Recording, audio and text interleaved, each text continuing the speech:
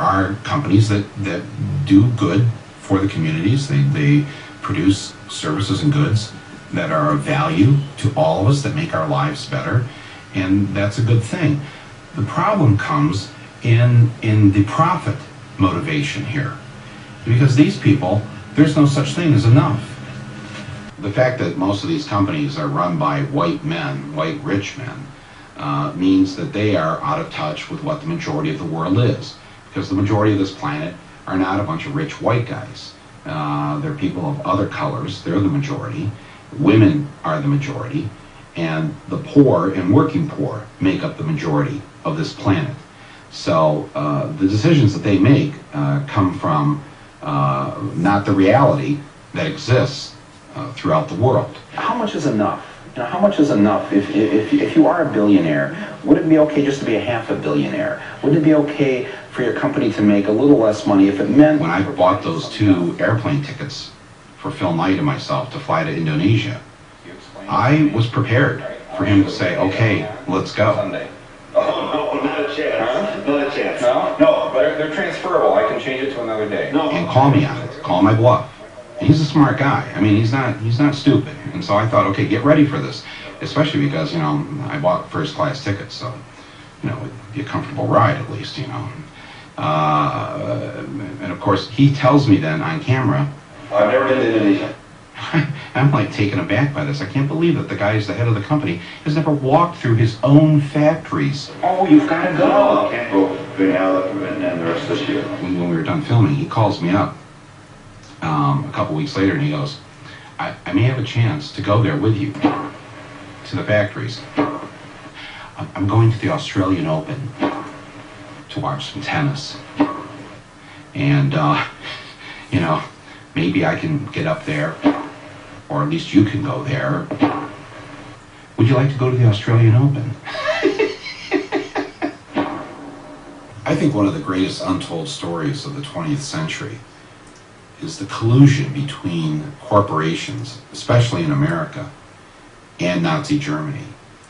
First, in terms of how the corporations from America helped to essentially rebuild Germany and support the early Nazi regime, and then, when the war broke out, figured out a way to keep everything going. So General Motors was able to keep Opel going, Ford was able to keep their thing going, and companies like Coca-Cola, they couldn't keep the Coca-Cola going, so what they did was they invented Fanta Orange for the Germans.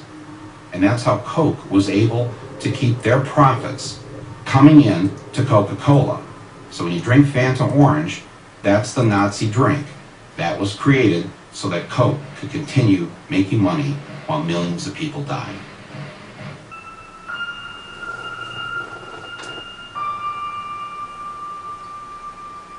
The curse for me has been the fact that in making these documentary films, I've seen that they actually can impact change. So I'm just compelled to keep making them.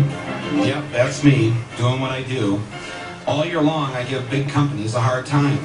But at Christmas time, I like to set aside my differences and reach out to big business, like cigarette companies.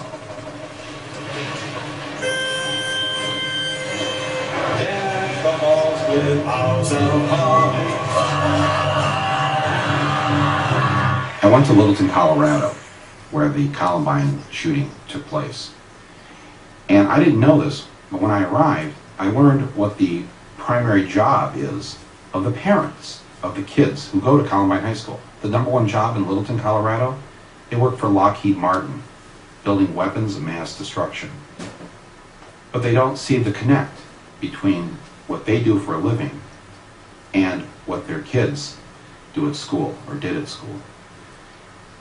And so I'm kind of, up on my, high horse, thinking about this. And I thought, I said to my wife, we both are, sons and daughters of auto workers in Flint, Michigan. There isn't a single one of us back in Flint. Any of us, including us, who ever stopped to think, this thing we do for a living, the building of automobiles, is probably the single biggest reason why the polar ice caps are going to melt and end civilization as we know it. There's no connect between I'm just an assembler on an assembly line building a car, which is good for people in society. It moves them around.